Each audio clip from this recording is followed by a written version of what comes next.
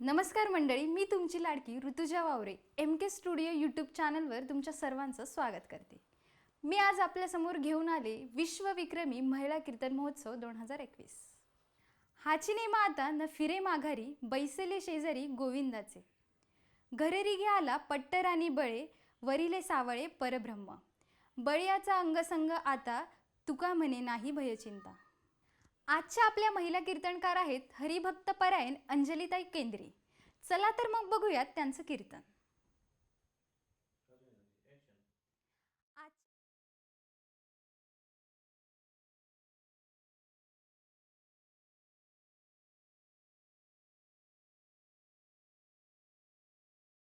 घरात आल्यानंतर स्वागत कोणी करायचं, सगळी तयारी झाली, तो दिवस उजाडला आणि पहाटेपासून अख्खं घर जागं झालं। स्वयंपाकाला सुरुवात केली। 11 वाजता स्वयंपाक तयार झाला। बापूला वेळ नाही, मग 12ला बापू येणार। 11:30 वाजता सगळे तयारीला लागले। पट्ट्या बांधल्या, रांगोळ्या काढल्या, अगरबत्त्या लावल्या, केळीची पानं आणली। आता किती वाजले म्हणले 11:15। असं करा, वाढून घ्या। डाव्या भागाला फुलपात्र, तांब्या, लिंबाची फोड, मीठ। डाव्या भागाला, उजव्या भागाला श्रीखंड, बासुंदी, लाडू, गुलाबजाम। ज्याचं काम पडत नाही ते डाव्या भागाला आणि ज्याच्यावर हल्ला चढवायचा ते उजव्या भागाला। विठ्ठला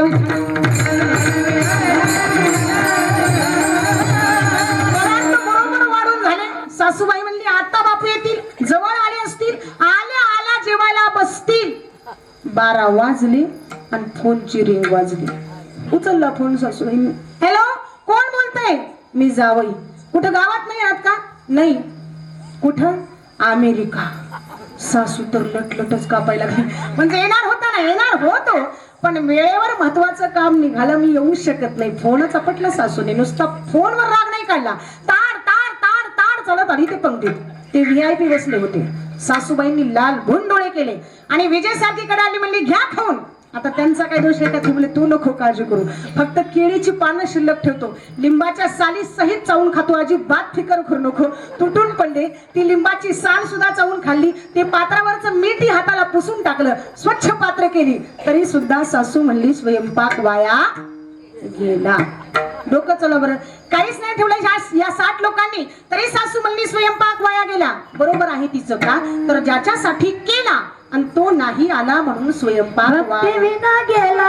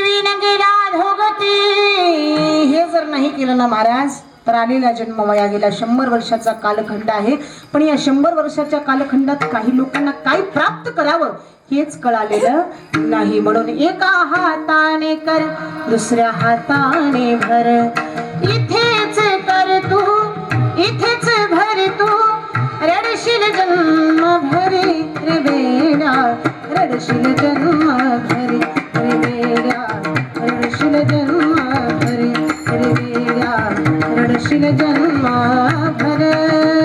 जे जे हवे असे तुला ते ते सर्व मिळेल रे, जे जे हवे असे तुला ते ते सर्व मिळेल रे। बाजार हा खुला रे वेड्या, बाजार हा खुला। एका हाताने कर, दुसऱ्या हाताने भर, एका हाताने कर, दुसऱ्या हाताने भर, इथेच कर तू, इथेच भर तू, रडशील जन्म भर रे।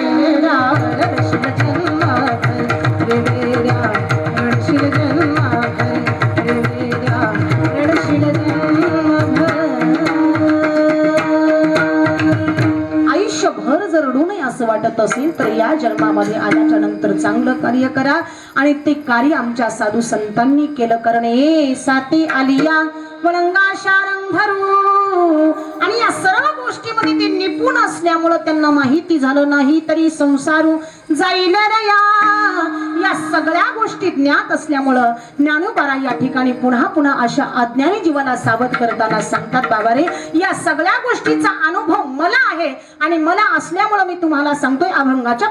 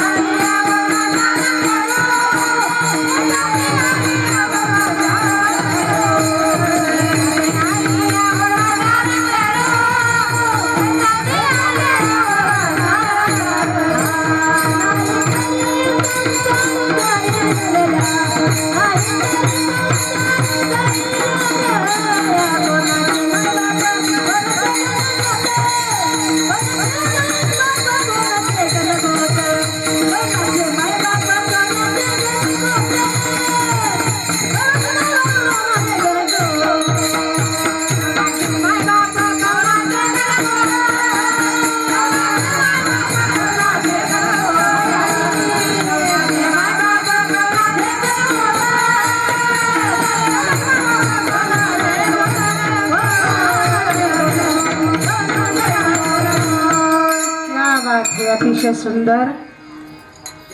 जीवन जगता आलं पाहिजे आणि हा आनंद आमच्या महिला वर्गामध्ये आहे बरं का. अतिशय सुंदर. हा आनंद ह्या ठिकाणी अगणित आहे. कारण कोणालाही गाता येत नाही बरं का. गाणं वेगळं. आता सध्या कलियुगामध्ये गाणे वेगळेच सुरू आहेत.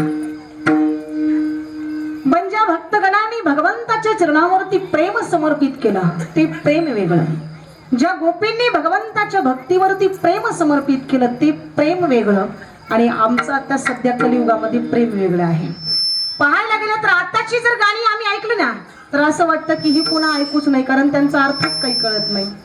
पण पूर्वीची गाणी अशी होती महाराज. ज्या गोपिका भगवंताच्या भक्तीमध्ये नाहून जायच्या आणि त्या पुन्हा पुन्हा परमेश्वराचं स्वरूप पाहायच्या आणि भगवंताला सांगायच्या, देवा ते स्वरूप आमच्यापासून वेगळं हो. काहे तेरे आँखियों में पानी कृष्ण कृष्ण दीवानी मेरा प्रेम दीवानी, काहे तेरी अखियों में पानी।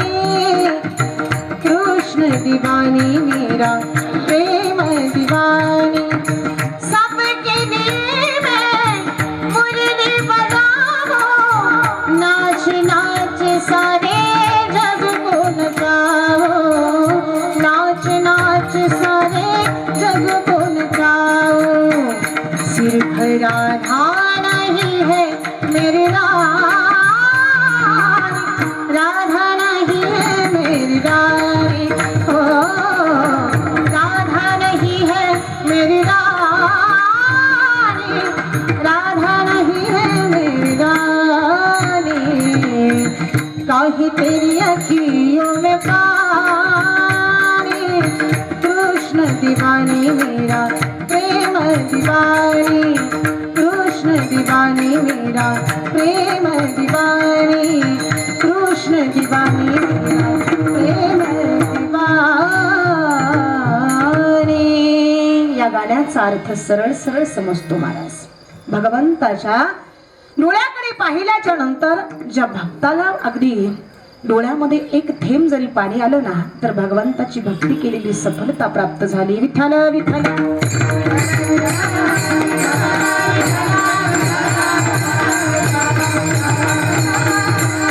जन्माला आल्याच्या नंतर एखाद्या वस्तूवरती इतकं प्रेम करू नका, इतकं प्रेम करू नका, इतकं प्रेम करू नका की त्या प्रेमातून सुद्धा आम्हाला धोका मिळेल। साधू संतांनी या ठिकाणी आम्हाला एकच सरळ आणि साधा आणि सोपा मार्ग सांगितलेला आहे। नामस्मरण घडो संत समागम, संतांच्या संगतीमध्ये नामस्मरण घडतं महाराज, संतांच्या संगतीमध्ये नामस्मरण घडतं, कारण इतर ठिकाणी हे घडत नाही। घेता नाम विठोबाचे पर्वत जळती पापाचे, किंवा नामे तारिणी अपार महापापी दुराचार। एखादा अज्ञानी असेल ना, खळ असेल ना, दुष्ट असेल ना, दुराचारी असेल ना, त्याचा सुद्धा उद्धार झाला पाहिजे। ज्ञानोबरायांनी वर्णन केलं, जे खळांची व्यंकटी सांडू तया सतकर मिरती वाढो। नुसतं पसायदान ऐकून उपयोग नाही, ते अंतकरणात आणि आचरणात उतरवलं पाहिजे। विठ्ठला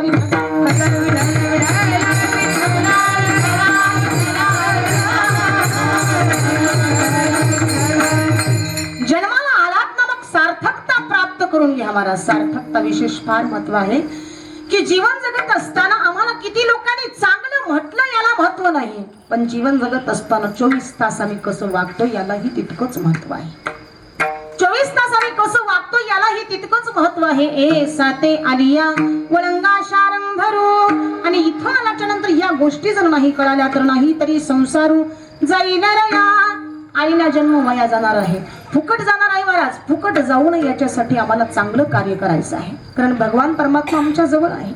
भगवान परमात्मा आमच्या जवळ आहे, ते ओळखण्याचं सामर्थ्य, ते ओळखण्याची ताकद आमच्या जवळ नाही। आणि जर ताकद नसेल, सामर्थ्य नसेल ना, तर आम्ही ते या ठिकाणी ओळखू शकत नाही। जसं चांदण्याला जसं चंद्र म्हणता येणार नाही, चांदण्याला जसं चंद्र म्हणता येणार नाही, ताकाला जसं लोणी म्हणता येणार नाही, एखाद्या गारगुटीला जसं हिरा म्हणता येणार नाही, तसं एखाद्या श्रीमंत माणसाला साधू म्हणता येणार नाही। विठ्ठला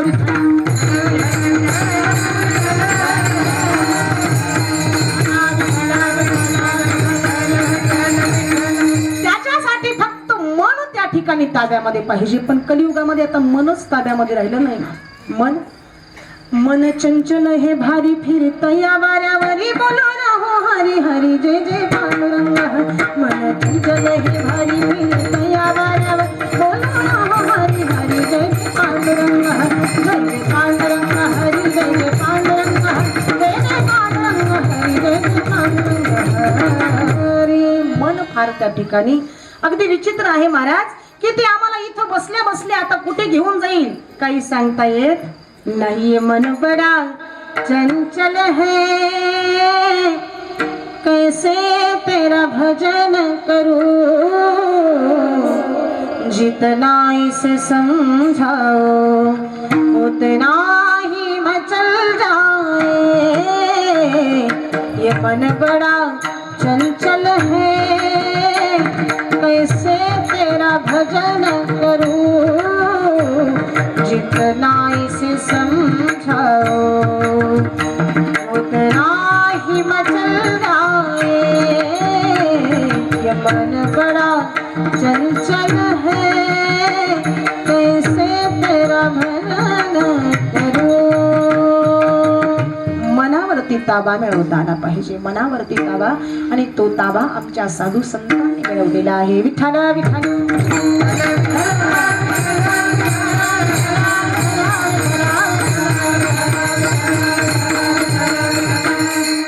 बस कोणती माता भगवंताच्या चरणावरती स्थिर होते ना, आपलं मन भगवंताच्या चरणावरती ठेवते. निज धामाला जाता जाता भगवान परमात्मा कुंती मातेच्या महालात आले होते, आणि त्यावेळेस कुंतीला त्या ठिकाणी सांगितलं, आत्या अगं जाता जाता अशी विनंती आहे, जीवनामध्ये सगळं दुःख पाहिलंच, पण आता कुठेतरी सुख मागून घे.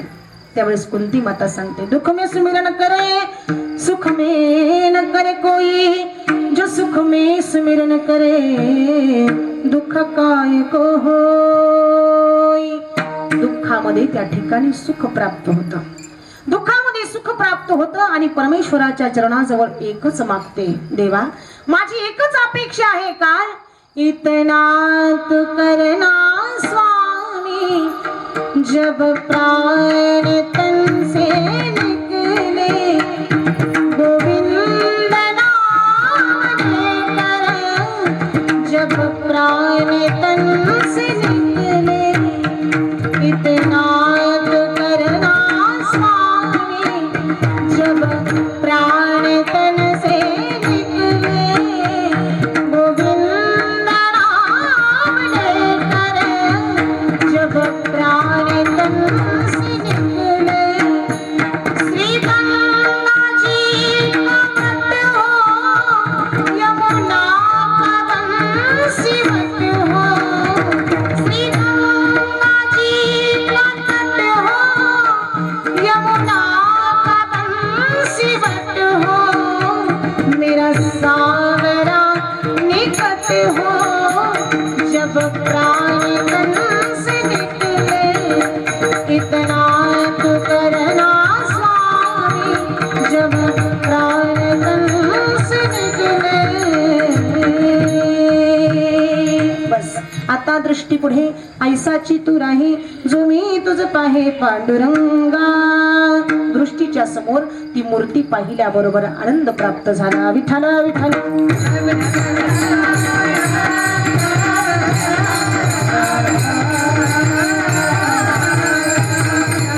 देवता कुठलीही असो, त्या देवतेचं स्वरूप प्राप्त करून घेता आलं पाहिजे. म्हणजे आम्ही वार बघून कधीच भक्ती करायची नाही बरं का.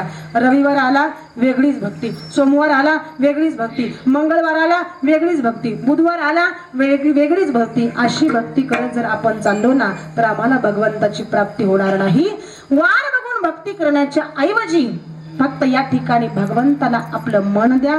एक दिवस तो भगवान परमात्मा आपल्या चरणाजवळती आहे. महाराज जीवन जगत असताना एखाद्याचं वाईट करण्याच्या ऐवजी कुठेतरी चांगलं करण्याचा विचार करा, कारण त्याचं प्रयत्न आणि त्याचं जे आत्मानंदाचं सुख आहे ना, ते सुख तुम्हाला निश्चित प्राप्त होणार आहे. विठ्ठल विठ्ठल.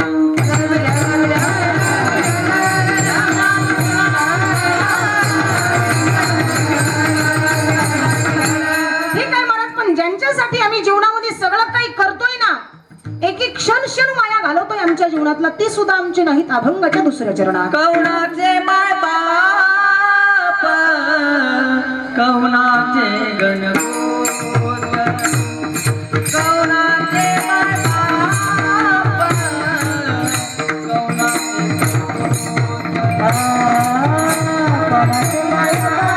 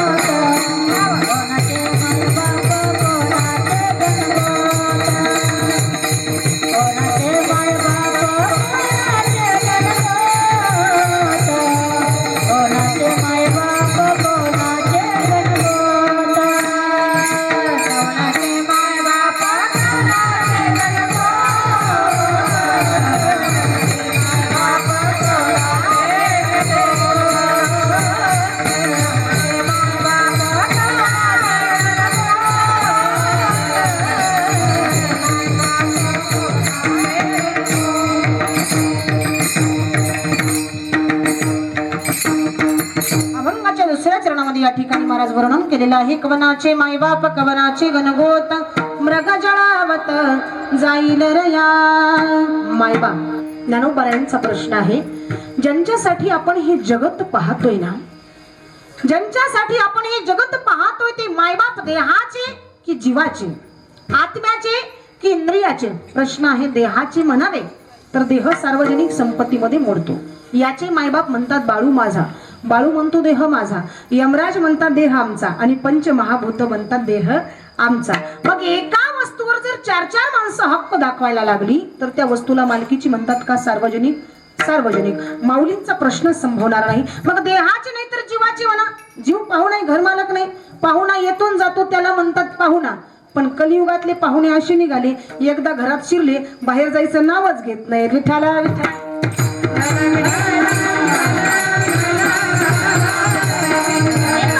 अशी विचित्र सवय होती महाराज. दररोज एक जणाच्या घरी नित्य नेमानं जेवायला जायचं.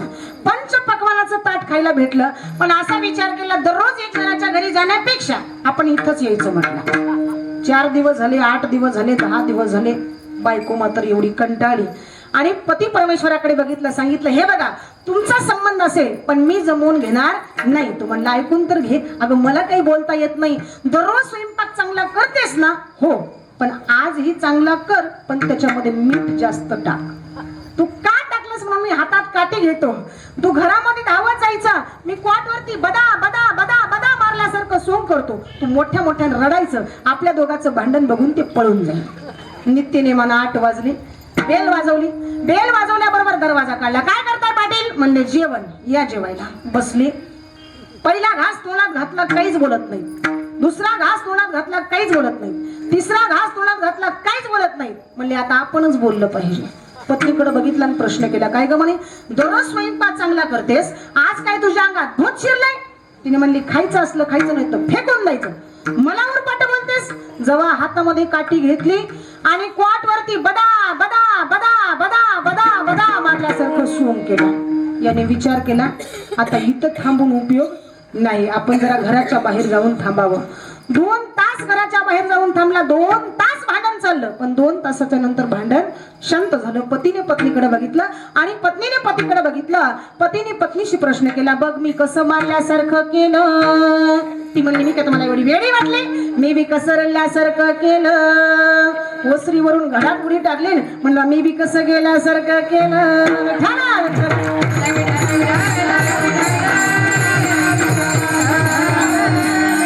महाराज जीवन जगत असताना पाहुणा आहे, पण कलियुगातला पाहुणा वेगळा. विठाला म्हणून देहाचे मायबाप नाही, जीवाचे नाहीत तर मग चला आत्म्याचे म्हणा. आत्म्याचा प्रश्न आहे. शास्त्र सांगतं न जायते मिंद्रिते महागदाची नायन भूत्वा भगिता वाहन भूयम आजोनिते शाश्वत वम पुराणे हन्यते हन्य माने शरीरे. आत्म्याचे मायबाप नाही, देहाचे नाहीत, जीवाचे नाहीत, मग चला इंद्रियाचे म्हणा. इंद्रियाचा तर प्रश्नच नाही, कारण काम क्रोध बंदी खानी तुका म्हणे दिले दोन्ही इंद्रियाचे धनी आम्ही झालो गोसावी. इंद्रिय ताब्यात ठेवणं सोपी गोष्ट आहे का महाराज? कुठल्याही गोष्टीवरती ताबा मिळू शकतो, पण इंद्रिय ताब्यात ठेवू शकत नाही. विठाला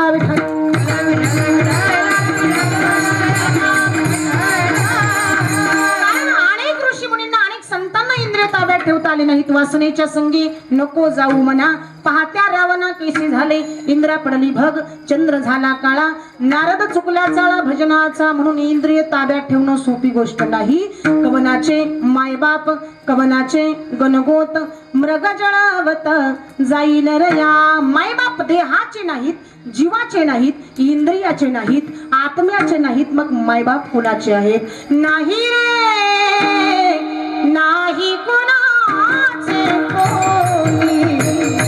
नाही रे नाही कुणाचे कोणी. नाही रे नाही कुणाचे कोणी. नाही रे नाही कुणाचे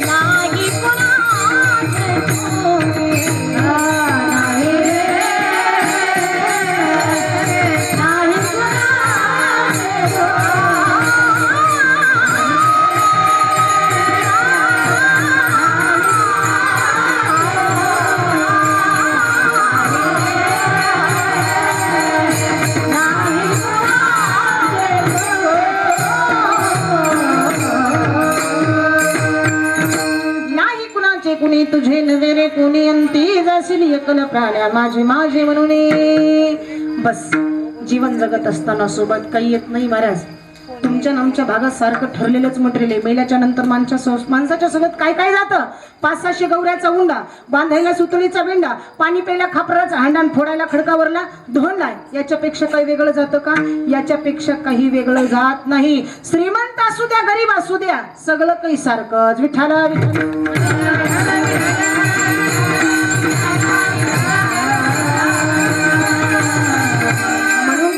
जीवन जगत असताना फक्त या गोष्टीचा विचार करा.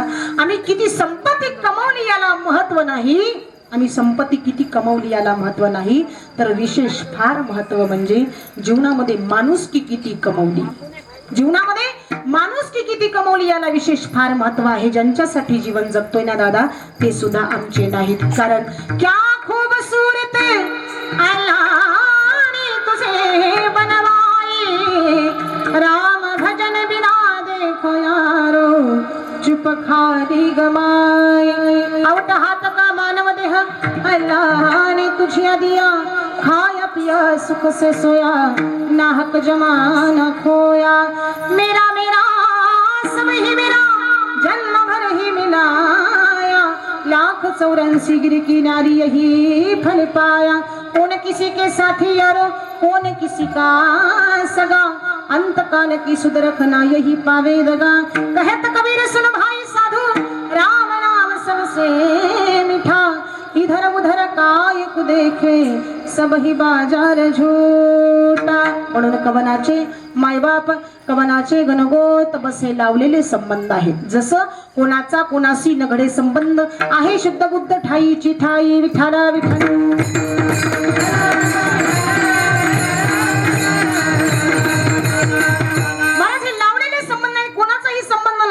एक मुंबईचा आहे एक पुण्याचा आहे. कुठलाही संबंध नाही. पण रस्त्याने चालत असताना एक गादी डोक्यावर घेऊन चालले एक घोड्यावर बसून चालले. काही संबंध नाही ओळख नाही काहीच नाही. पण रस्त्याने जात असताना गादी डोक्यावर घेऊन जात असताना लोक म्हणतात ते गादी डोक्यावर घेऊन चाललं का नाही रे. ते नक्कीच त्या ठिकाणी नोकर असलं पाहिजे. आणि घोडेवाला दिवसभर त्या ठिकाणी अगदी काम करायचं आणि संध्याकाळ झाली म्हणजे कुठंतरी गाव गाठायचं. लिंबाच्या झाडाखाली यानं गादी टाकायची, डोकं खोड्याला टेकून पायाची आडी मारून बसायचं. कोणी? गादीवाल्याने. घोडेवाल्याने खुंटी ठोकायची, घोडं बांधायचं आणि घोड्याला खरडा सुरू करायचा. लोकांनी लांबून बोटं दाखवायचे म्हणे काय ते गादीवर बसलं का नाही रे. नक्कीच मालक असलं पाहिजे. हे घोडेवालं नौकर. दिवसभर हे नौकर रात्रभर हे नौकर. अगदी तसं आहे आपल्या जीवाचं महाराज. कोणाचा कोणाशी नघडे संबंध. म्हणून कवनाचे मायबाप कवनाचे गणगोत मृग जळवत जाईल या मृगजळ. बस जाणार हे जाते. सुखाची व्याख्या त्या ठिकाणी करत असताना ज्ञानोबरायांनी सांगितलं मृगजळाची तळी ती दिठी धृणीची निहाळी अरे पाणी साळी केळी लावी शिकई. हे नुसतं बघायचं आहे. त्या मृगजळाच्या पाण्यावर केळीची बाग तयार होत नाही किंवा साळीची बाग तयार होत नाही. जे जे देखणे साकळ जे जे देखणे साकळ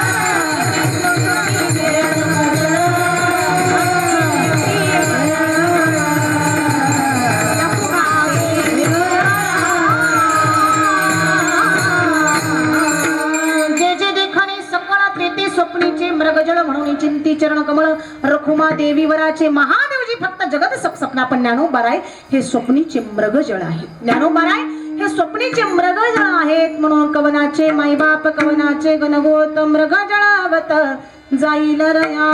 एक दिवस याचा लोप पावणार आहे महाराज. जे दिसतं ना ते सुख, त्या सुखाचा त्या ठिकाणी आभास आहे. ज्ञानोबारांनी सांगितलं त्या सुखाचा आभास आहे. जनक राजा ऐश्वर्य संपन्न आहेत. जनक राजे ऐश्वर्य संपन्न आहेत, पण चंदनाच्या पलंगावरती झोपलेले जनक राजा स्वप्नामध्ये भिकारी कसे झाले. एका नगरीमध्ये भीक मागत असताना सगळीकडचं अन्न संपलेलं आहे. जनक राजाला फार भूक लागलेली आहे, त्रासून गेलेले आहेत आणि फार भूक लागल्यामुळे विनंती करतात, आहो फार दूरवरचा प्रवास झालेला आहे, माझी अशी विनंती आहे काहीतरी खायला द्या. भांड्याच्या बुडाला उरलेलं करपलेलं खरडण स्वयंपाकघरातील आचाराने जनक राजाच्या हातावरती ठेवल्याबरोबर एक घास उचलून तोंडामध्ये घालणार इतक्यात झोपीतून जाग आली. पाहतात तर काय, चंदनाच्या पलंगावरती झोपलेले जनक राजा. शेकडो दासी वारा घालत होत्या. एवढा ऐश्वर्याचा उपभोग घेत असताना हे स्वप्न मला पडलं तरी कसं. अनेक राजे महाराजे आले, कोणालाही प्रश्नाचं उत्तर देता आलं नाही. पण त्याच ठिकाणी अष्टावक्र महामुनी आले आणि अष्टावक्र महामुनींनी दूरदृष्टीतून पाहिलं. सांगितलं, राजे साहेब काय तुम्ही स्वप्नात जे पाहिलं ना तेही खरं नाही, मग आता जे भोगताय ते सुद्धा खरं नाही. मग काय खरं आहे तर अविनाश करी आपुली आयसे लावी मनापिसे गोविंदाचे हे सगळं खरं. विठ्ठला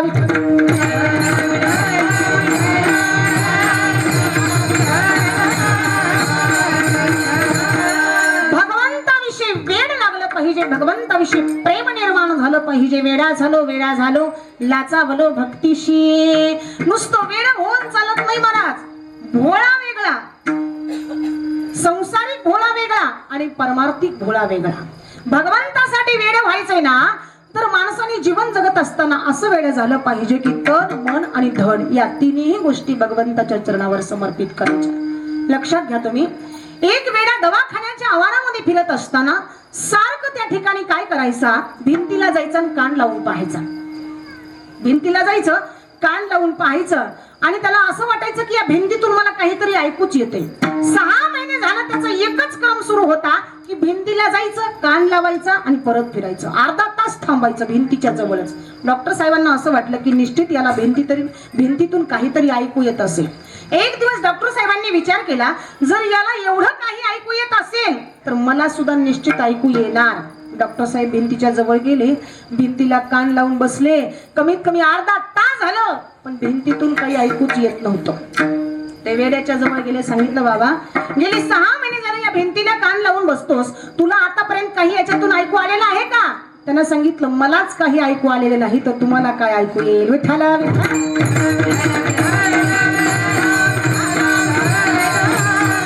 संसारिक भोळा वेगळा आणि परमार्थिक भोळा वेगळा. तुका म्हणे भोळा जिंकू जाणे कळी काळा. असा भोळा पाहिजे की ज्याने काळावर सुद्धा मात केली पाहिजे. विठ्ठला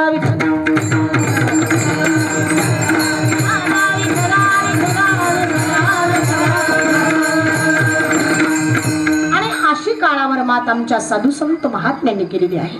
बघा तुम्ही, काळाला सुद्धा दौडून लावलं महाराज.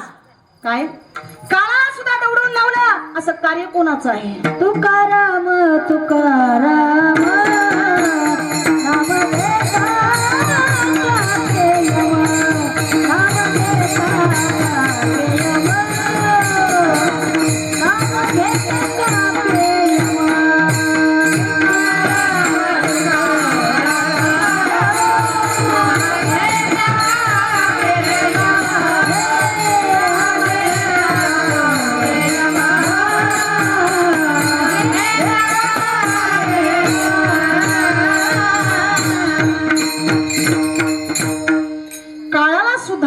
लावलं महाराज. तुकाराम तुकाराम नाम घेता कापियम.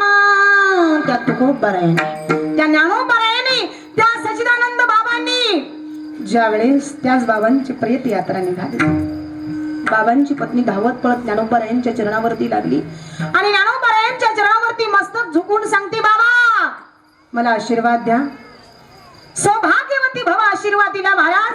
पण ज्या वेळेस डोळे उचलून पाहिलं तर काय, बाबांची पत्नी. विचार करतात, ज्या बाबांची प्रेत यात्रा निघालेली आहे, मी तर आशीर्वाद दिलेला आहे सौभाग्यवती भव, आता काय करायचं. सांगितलं थांबवा प्रेत यात्रेला. प्रेत यात्रा थांबवली. कुरवाळते, माया करते, प्रेम करते. त्याचप्रमाणे ज्ञानोबारायांनी बाबांच्या डोक्यावरून हात फिरवला आणि झोपेतून माणूस उठावा तसं त्या ठिकाणी सामर्थ्य दिसून आलं. विठ्ठल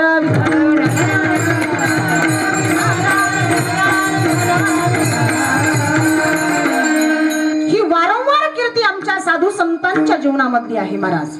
ही वारंवार कीर्ती आमच्या साधू संतांच्या जीवनामध्ये आहे. कारण साधू संतांची कीर्ती वेगळी, साधू संतांची कीर्ती वेगळी, साधू संतांचं बोलणं वेगळं, साधू संतांचं वागणं वेगळं. बोलण्याची नाही आता देवाविन काही, ती एकच विचार करतात, बोलायचंय तर चांगलं बोलायचं, नाही तर बोलायचंच नाही.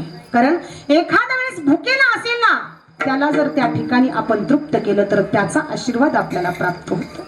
भला किसी का कर न सके तो बुरा किसी का मत करना, पुष्प नहीं बन सकते तो तुम काट बन कर मत रहना. भला किसी का कर न सको तो बुरा किसी का मत करना, पुष्प नहीं बन सकते तो तुम काट बन कर मत रहना. बन न सको भगवान अगर तुम कम से कम इंसान बनो, बन न सके भगवान अगर तुम कम से कम इंसान बनो. नहीं कभी हैवान बनो, नहीं कभी शैतान बनो. सदाचार अपना न सको तो पाप में वद मत रखना. सदाचार अपना न सको तो पाप में वद मत रखना. पुष्प नहीं बन सकते तो तुम काट बन कर मत रहना. पुष्प नहीं बन सकते तो तुम काट बन कर मत रहना. काट बन कर मत रहना. भला किसी का कर न सको तो बुरा किसी का मत करना. एखाद्याचं चांगलं करता येत नसेल तर करू नका, पण वाईट करण्याचा विचार करू नका. विठ्ठला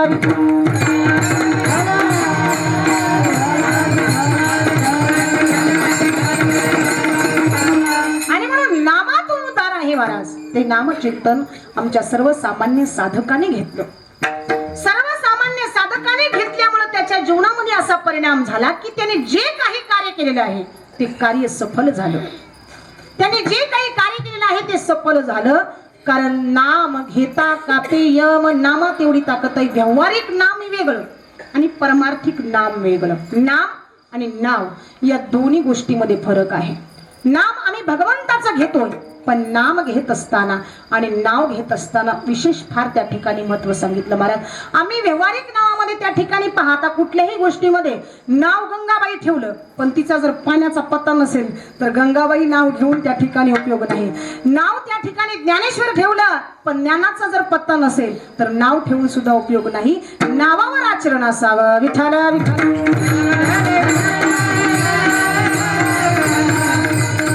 नवीन लग्न झालेलं पती पत्नींचं जोडपं एकमेकांशी गप्पा गोष्टी करत असताना पत्नीने पतीशी प्रश्न केला आणि पतीने पत्नीशी प्रश्न केला. पतीने पत्नीला सांगितलं, हे बघ, आपण या जगामध्ये नवीन विशेष प्रकारचं नाव धारण करून राहायचं.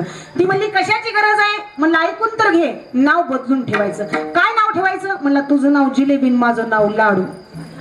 दोघांनी नाव बदलून ठेवले, पण तो शेतकरी असल्यामुळे त्याच्या शेतामध्ये 2 बैल होते. त्या बैलांचं सुद्धा नाव बदलून ठेवलं. एकाचं नाव ठेवलं पाहुणा, दुसऱ्याचं ठेवलं चाबूक. आणि एक दिवस लाडू शेतामध्ये काम करण्यासाठी गेला आणि दुपारी 12 वाजता जिलेबीने भाकरी तयार केली. शेतामध्ये गेली, आंब्याच्या गार सावलीखाली भाकरी ठेवली, घरी काम असल्यामुळे परत आला. लाडूने पाहुण्याला आणि चाबुकाला वैरण पाणी केलं आणि वैरण पाणी करून पुन्हा परत त्या ठिकाणी भाकरी खाण्यासाठी बसला. एक घास तोंडात घालणार इतक्यात पाहुणा येऊन टपकला. प्रश्न विचारला पाहुणा. म्हणे, काय इथं जेवता का घरी जिलेबी आहे तिकडं जाता? पाहुण्याने विचार केला, इथं शिळी भाकरी खाण्यापेक्षा आपण घरी जाऊन जिलेबीवर असता मराव. मला काही थोडी भूक नाही. म्हणला, मी घरी जातो. पाहुणा घरी आला, जिलेबीनं पाय धुण्यासाठी पाणी दिलं, बसण्यासाठी आसन टाकलं, सुंदर असा स्वयंपाकाचा भेद केला. पण प्रश्न विचारला पाहुणा. म्हणे, काय लाडू येऊ देता का वाडू जेवायला? म्हणला, नुसती जिलेबी खाली तर पोट भरणार नाही, त्याच्यासोबत लाडू झाला तर थोडी दुधात साखर टाकल्यासारखी होईल. मला काही तेवढी भूक नाही. म्हणला, येऊ द्या लाडूला. आता लाडूने इकडे शेतामध्ये ताक 2 भाकरी चोपून खाल्ल्या, आंब्याच्या गार सावली खाली झोपला. अशी झोप लागली की त्या झोपीमध्ये एका बैलाने दावत तोडलं आणि त्याचं नाव होतं पाहुणा. झोपेतून उठून पाहिल्याबरोबर पाहुणा दावणीला नाही, सगळीकडे शोधलं, कुठंच दिसत नाही. रानावनामध्ये शोधलं आणि त्रासून पुन्हा परत घरी पळाला. एवढा धावत पळत धापा टाकत घरी आला. जिलेबीला हाक मारली, जिलेबी पाहुणा घरी आलाय का? म्हणजे 2 तास झालं येऊन. मला अगोदर दाव घे आणि त्याला बांधून घाल, मी आलो चाबूक घेऊन. घरातील जो पाहुणा माणूस बसलेला होता त्याने सर्व प्रकार पहिल्यांदा सांगितलं. बाई म्हणला मी थोडं बाहेर जाऊन येतो. जे बाहेर गेला पुन्हा घराचं तोंड सुद्धा बघायला आला नाही. मला सांगा, व्यवहारातील नामा जर एवढी ताकद आहे तर भगवंताच्या नामात किती ताकद आहे. विठ्ठला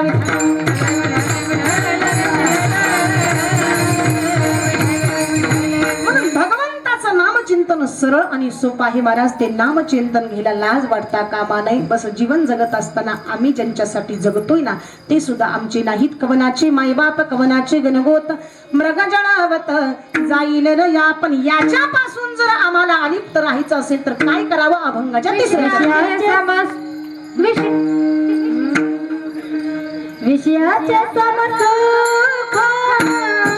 वेगळाचे बाहुले, विषयाचे समसुख वेगळाचे बाहुले, विषयाचे समसुख वेगळाचे बाहुले, विषयाचे समसुख वेगळाचे बाहुले.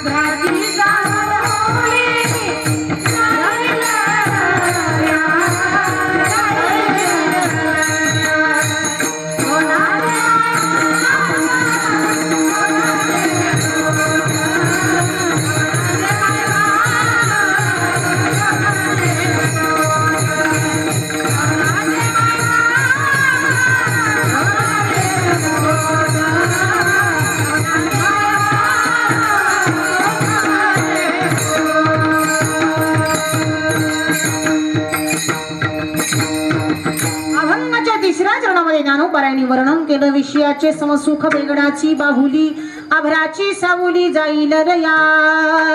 या गोष्टीपासून जर अलिप्त राहायचं असेल तर महत्वाची गोष्ट म्हणजे विषयाचं सुख आहे महाराज. आणि या विषयाच्या सुखापासून एक दिवस या ठिकाणी आम्हाला दुःखच प्राप्त होणार आहे. कारण विषयाचे सुख येथे वाटे गोड, पुढे अवघड यमदंड, मारिती तोडीती झोडीती इष्टूर, यमाचे किंकर बहुसाल, असी पत्र तरुवार खैराचे इंगळ, निगतील ज्वाळा तैल पाकी, तप्त भूमीवरी चालविती पायी अगदी स्तंभ बाही कवटाळविती अशी परिस्थिती असल्यामुळं असे काही अज्ञानी जीव आहेत की याच्यापासून दूर राहतात महाराज. याच्यापासून दूर राहतात पण विषयाचे समसुख बेगडाची बाहुली आभराची सावली जाईल रया. पण साधू संतांच्या जीवनामधला सर्वात मोठा पराक्रम म्हणजे या गोष्टीपासून ते अलिप्त आहेत. विठ्ठला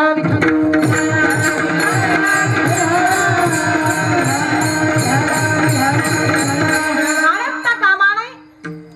संत तुलसीदासजी महाराज आपल्या पत्नीवरती नितांत प्रेम करायचे. एवढं प्रेम करायचे, एवढं प्रेम करायचे. पण एक दिवस पत्नी माहेरी निघून गेल्याच्या नंतर रात्रीच्या 12 वाजता धो धो धो धो पाऊस पडत आहे आणि तुलसीदासजी महाराज आपल्या पत्नीला भेटायला निघाले. महाराज जाता जाता रस्त्यामध्ये वाटेत नदी लागली. नदी पार करून कसं जायचा प्रश्न पडला.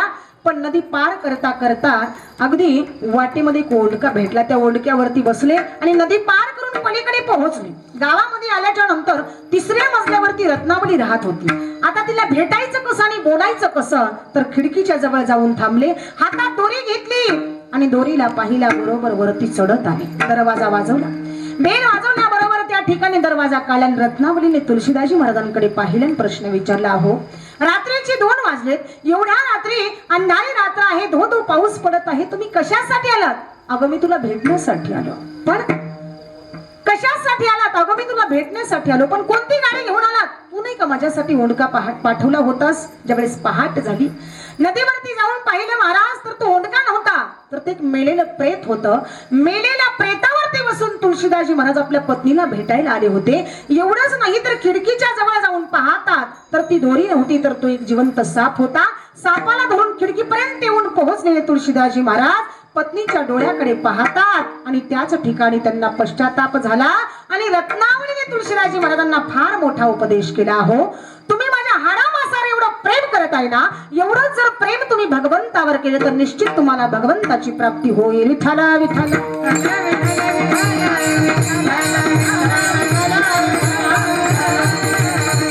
काही साधक लोकांनी महाराजांना प्रश्न केला, महाराज अहो तुमच्या जीवनामध्ये एवढं परिवर्तन झालं तरी कसं. महाराज सांगतात याला कारण केवळ माझी पत्नी आहे. कारण लाज नावते आपको दौरे आए हो साथ धिक धिक ऐसे प्रेम को क्या कहूं नाथ. भगवंतावरती केलेलं प्रेम हे अगणित प्रेम. विठ्ठला विठ्ठला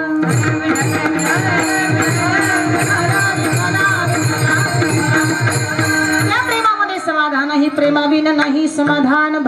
भगवंतावरती प्रेम करा पण निस्वार्थ केलेलं प्रेम वेगळं आणि विशेष सुखामध्ये केलेलं प्रेम वेगळं. ज्ञानोबारायांनी पुन्हा पुन्हा अशा अज्ञानी जीवनाला सुद्धा या ठिकाणी सावध केलं. विषयाचे समसुख बेगडाची बाहुली आभराची सावली जाईल या. ठीक आहे महाराज तुम्ही आम्हाला पुन्हा पुन्हा सांगताय ना, पण या गोष्टीपासून जर आम्हाला दूर राहावं असं वाटत असेल तर नेमकं काय करावं लागेल. तर ज्या भगवंताने 2 हात दिलेले आहेत ते 2 हात आपण एकदा सर्वांनी वर करायचे आणि विठ्ठल बारकबाईचं भजन करायचं. महिला वर्ग पुरुष वर्ग तरुण वर्ग सर्वांनी 2 हात वर करायचे. कोणी खाली करायचे नाही. असे खाली केले जाग्यावर आकड्या कोणी असं वाटत असेल सर्वांनी सुंदर भजन करायचं. विठ्ठल बारकबाई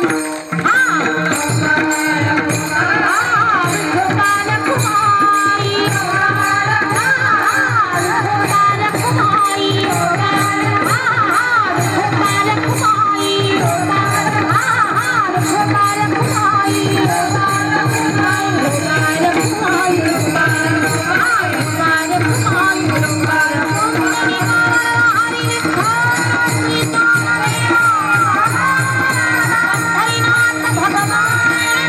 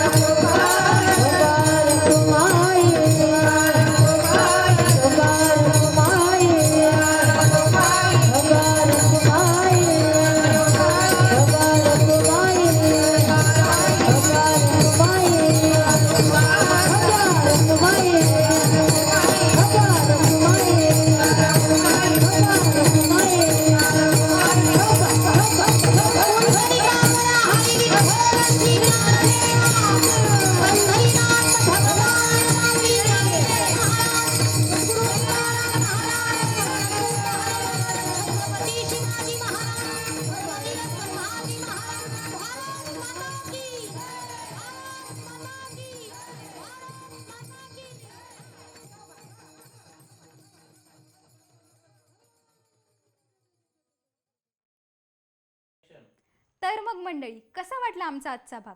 आपली प्रतिक्रिया नक्की कळवा आणि अधिक माहितीसाठी MK स्टुडिओ यूट्यूब चॅनलला सबस्क्राईब करा. धन्यवाद.